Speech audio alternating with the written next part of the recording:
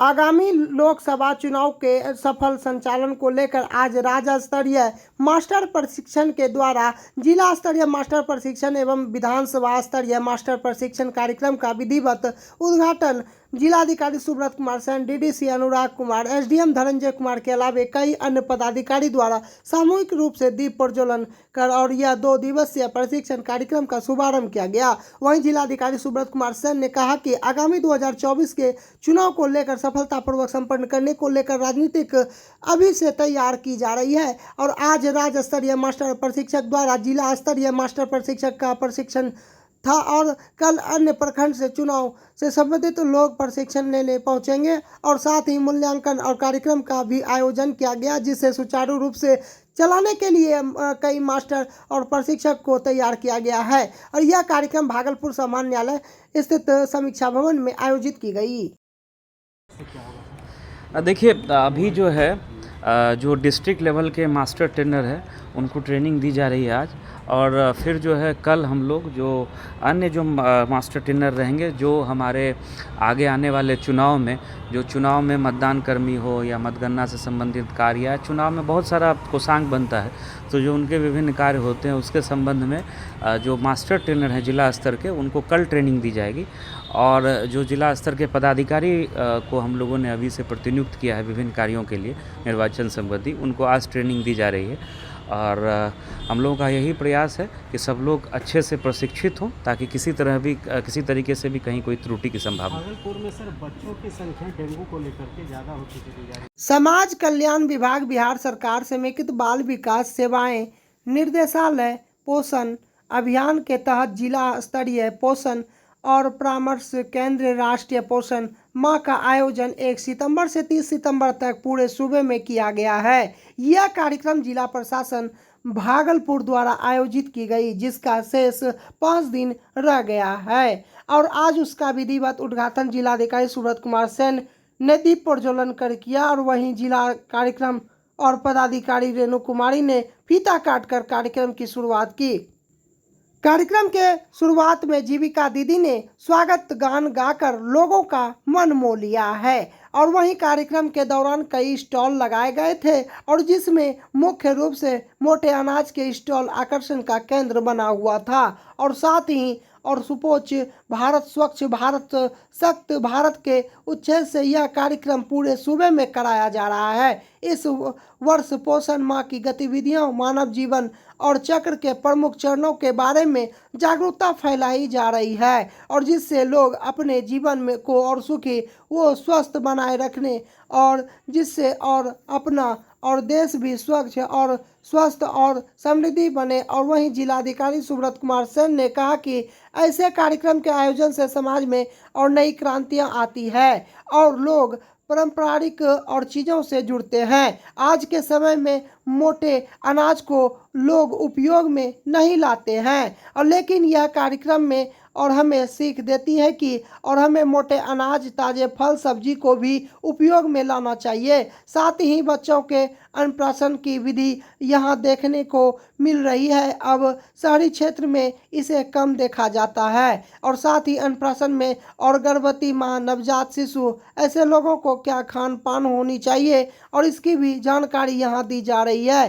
कुल मिलाकर यह कह सकते हैं कि यह और कार्यक्रम अपने जीवन के साथ साथ पूरे राष्ट्र के हित के लिए है।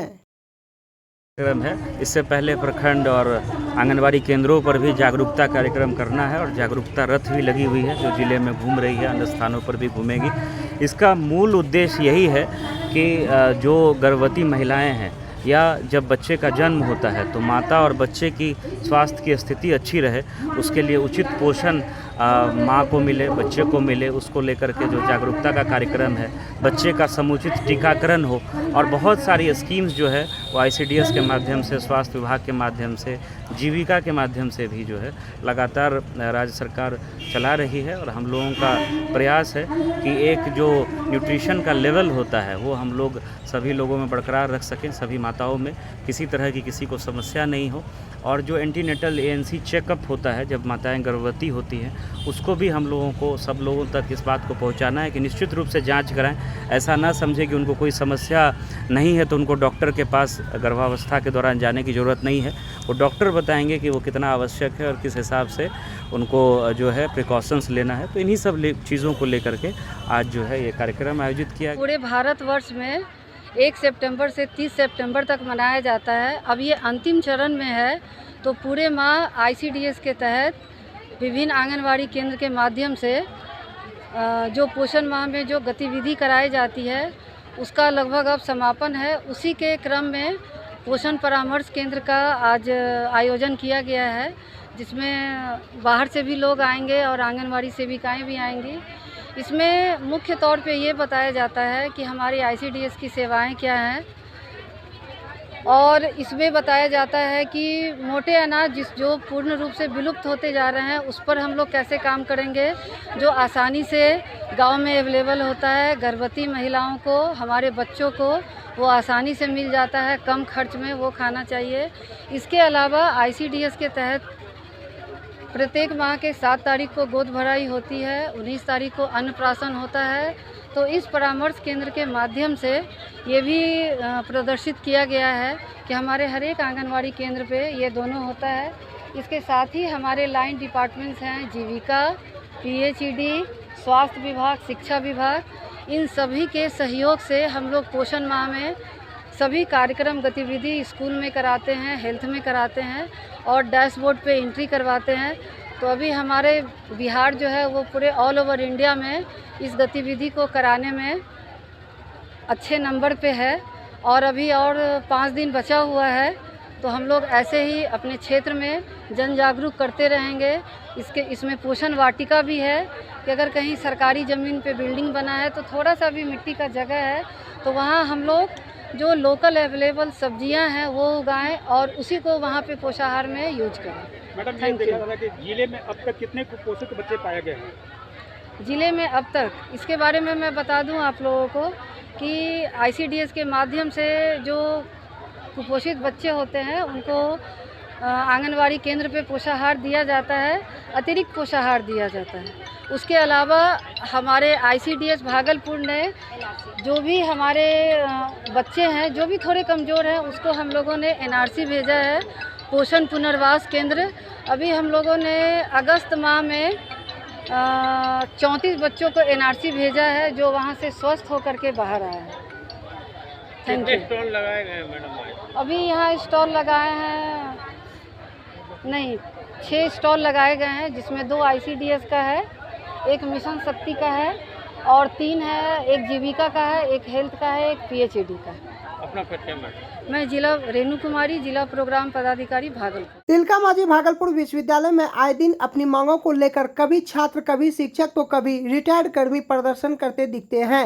वहीं दूसरी तरफ छात्र अपने मूलभूत सुविधाओं के साथ साथ परीक्षा व प्रमाण पत्र को लेकर विश्वविद्यालय का खूब चक्कर लगाते दिखते हैं। और छात्रों की परेशानी को लेकर आज कांग्रेस कार्यकर्ताओं ने मोर्चा खोला और प्रेस वार्ता के दौरान कांग्रेस नेत्री और अनिमिका शर्मा ने कुलपति प्रोफेसर डॉक्टर जवाहरलाल को खुली चेतावनी देते हुए कहा कि अगर आप विश्वविद्यालय के कामकाज को दुरुस्त नहीं रख पाते हैं तो आप संन्यास ले लें। अगर विश्वविद्यालय में आप काम कर रहे हैं तो और आप एक सरकारी मुलाजिम और है, आपको और छात्रों के हित को ध्यान में रखते हुए उनके कार्यों को और समय अनुसार करते रहना होगा, अन्यथा कांग्रेस के इसके विरुद्ध आंदोलन करेगी। और गौरतलब हो कि आज कांग्रेस के और कई कार्यकर्ताओं ने प्रेस वार्ता के दौरान कहा कि कुलपति हटाओ, विश्वविद्यालय बचाओ। वहीं प्रोफेसर योगेंद्र प्रसाद को विश्वविद्यालय का लोकपाल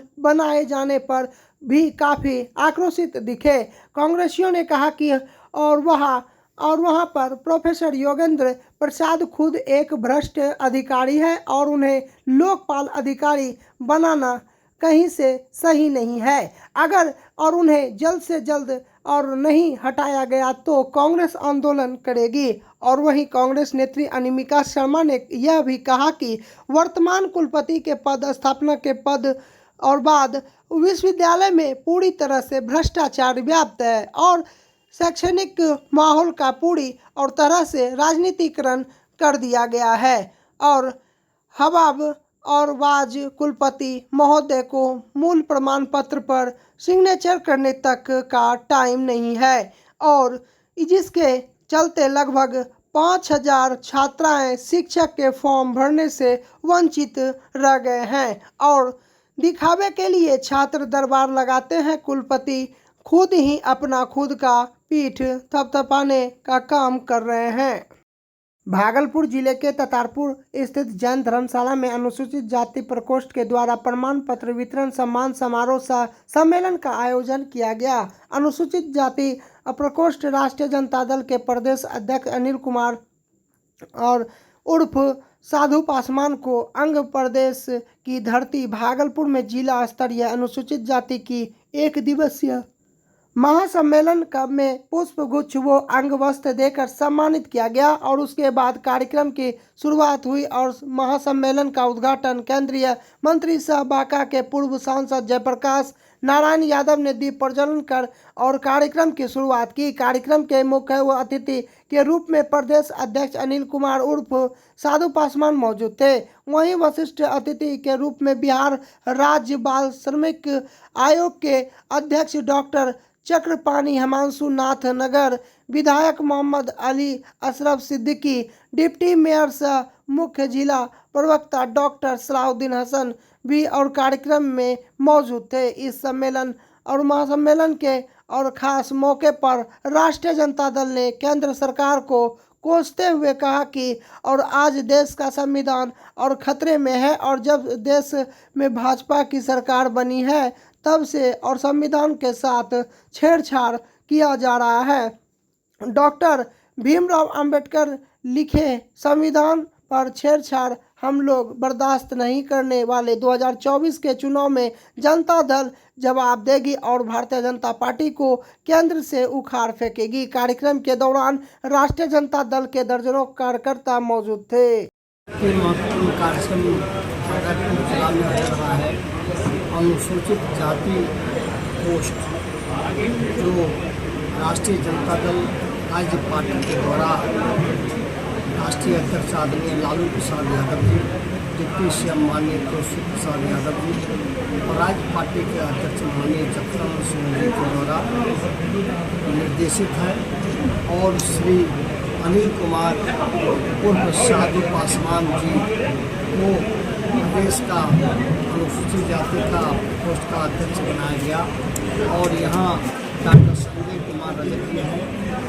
आज के इस कार्यक्रम में श्री अनिल कुमार उर्फ साधु पासवान जी, चक्रपाणी जी, चंद्रशेखर जी, रामविलास जी, तिरुपति जी और सभी दल के हमारे प्रमुख नेता सामने उपस्थित हैं। राष्ट्रीय जनता दल की अवधारणा रही है, बुनियाद रही है सामाजिक न्याय, सामाजिक समरसता और सांप्रदायिक सौहार्द।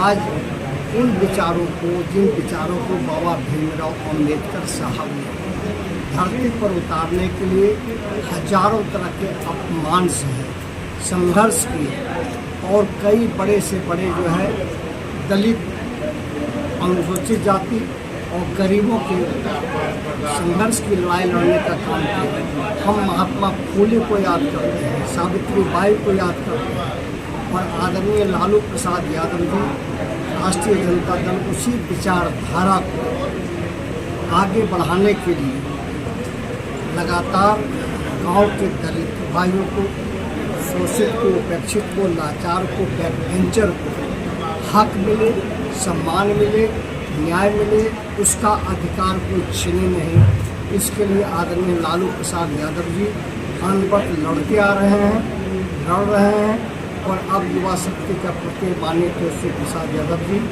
और संपूर्ण दल हमारा जो है कि हम गरीबों के हक और सम्मान के साथ जो जीने का अधिकार है और हम संविधान को बचाएंगे, बाबा साहब के अरमान को बचाएंगे और इन कार्यक्रमों के माध्यम से अभी हम लोग चर्चा करेंगे और व्यापक रूप से भागलपुर में तैयारी की। सुशील मोदी ने मुख्यमंत्री नीतीश कुमार को बोझ बताया तो कांग्रेस ने उन्हें आड़े हाथों ले लिया। मुख्यमंत्री नीतीश कुमार ने पंडित दीनदयाल उपाध्याय की जयंती पर और उनको नमन किया तो और भाजपाइयों ने और मजे की राजनीति कर दी और बात नीतीश कुमार के एनडीए में फिर से शामिल होने तक और पहुंच गई। इसको लेकर राजनीतिक और सरगर्मी काफ़ी तेज है। सुशील मोदी ने मुख्यमंत्री और नीतीश कुमार को बोझ बताकर एक नया ही राजनीतिक मुद्दा ला दिया है और इसको लेकर विधायक अजित शर्मा ने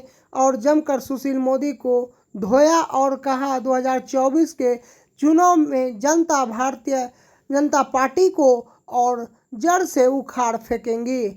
और भागलपुर विधायक अजित शर्मा ने कहा कि सुशील मोदी को अपनी चिंता करनी चाहिए और महंगाई और बढ़ रहा है और उस पर वो ध्यान नहीं देते हैं और हिंदू मुस्लिम कर देश को बांटने का काम कर रहे हैं और उन्हें चिंता है कि नीतीश कुमार बोझ बन गए हैं और कोई किसी पर बोझ नहीं है और सब अपने मेहनत और अपने पैरों पर है। भागलपुर विधायक अजित शर्मा ने कहा कि और सुशील मोदी को अपनी चिंता करनी चाहिए और महंगाई बढ़ रहा है और उस पर जो ध्यान और नहीं देते हैं और हिंदू मुस्लिम कर देश को बांटने का काम कर रहे हैं और उन्हें चिंता कि नीतीश कुमार बोझ बन गए हैं और कोई किसी पर बोझ नहीं और सब अपने मेहनत पर और कमाई का काम।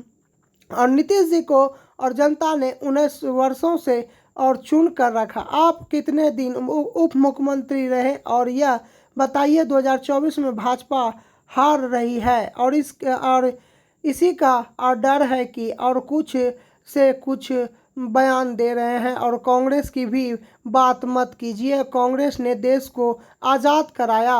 आज महिला आरक्षण की आप बताकर और सबसे पहले महिला आरक्षण और राजीव गांधी ने पंचायती राज और व्यवस्था में और यहाँ दिया था और महिला आरक्षण बिल जो भाजपा लाई उसको अभी से चालू करे। और आपको बता दें कि आज सुशील मोदी ने मीडिया से बात करते हुए कहा कि नीतीश कुमार कांग्रेस और राजद के लिए राजनीतिक बोझ बन चुके हैं। नीतीश कुमार सर और रगड़ लेंगे लेकिन उनके लिए और भाजपा में जगह नहीं है। ऐसा है कि भारतीय जनता पार्टी के नेता लोग चाहे वो सुशील मोदी या कोई हो, उनको यह कोई काम नहीं है कि उनको जनता ने चुन के केंद्र में सरकार बनाया है। उन्होंने 2014 में 2 करोड़ युवकों को रोजगार देने के प्रतिवर्ष बात किया, एक भी युवक को रोजगार नहीं दिया, उसकी बात नहीं करेंगे। महंगाई आकाश छू रहा है। वो जब कहते थे आदरणीय मनमोहन सिंह जब प्रधानमंत्री थे उनको महंगाई का शब्द नहीं आता है, महंगाई के बारे में वो कोई बात नहीं कर रहे। आखिर क्या कर रहे हैं? हिंदू मुसलमान की राजनीति करके देश को बांटने का काम कर रहे हैं और बात कर रहे हैं कि नीतीश कुमार जी बोझ हो गए। उनको बड़ी चिंता है दूसरे के बारे में। आपको जनता ने चुन के जिसको भेजा केंद्र में सरकार, पहले आप बात कीजिए आप जनता के लिए क्या कर रहे हैं। कोई किसी के लिए बोझ नहीं होता है। हर व्यक्ति हिंदुस्तान में पैदा लेता है, अपने पैर पे खड़ा होता है और अपने देश के लिए काम करता है। आप किसी को बोझ कैसे बोल सकते हैं? कोई किसी के लिए बोझ नहीं होता। नीतीश जी को जनता ने 18-19 वर्ष मुख्यमंत्री के पद पर चुन के रखा है। आप कितने दिन मुख्यमंत्री बने पहले ये जनता को बताइए। इसलिए किसी को बोझ मत बोलिए। आप चूंकि 2024 में आप हारने जा रहे हैं, भारतीय जनता पार्टी गद्दी से जनता उखाड़ फेंकेगी, इसी का डर है। कोई बोझ बन गया, कांग्रेस नहीं पूछ रही, कांग्रेस की बात करे। कांग्रेस को आईना दिखाने का काम मत कीजिए। कांग्रेस पार्टी ने भारतवर्ष को आजाद कराने से लेकर जो विकास किया है कांग्रेस पार्टी ने किया है। आज महिला आरक्षण की बात कीजिए। आदरणीय राजीव गांधी जी ने पंचायती राज व्यवस्था में जो रिजर्वेशन महिलाओं को दिया, किसने पहला दिया? आदरणीय राजीव गांधी ने। और आप आज जो बिल लाए हैं, कहते हैं 2029 में परिसीमन के बाद, जनसंख्या के गिनती के बाद होगा। ये क्या बात है?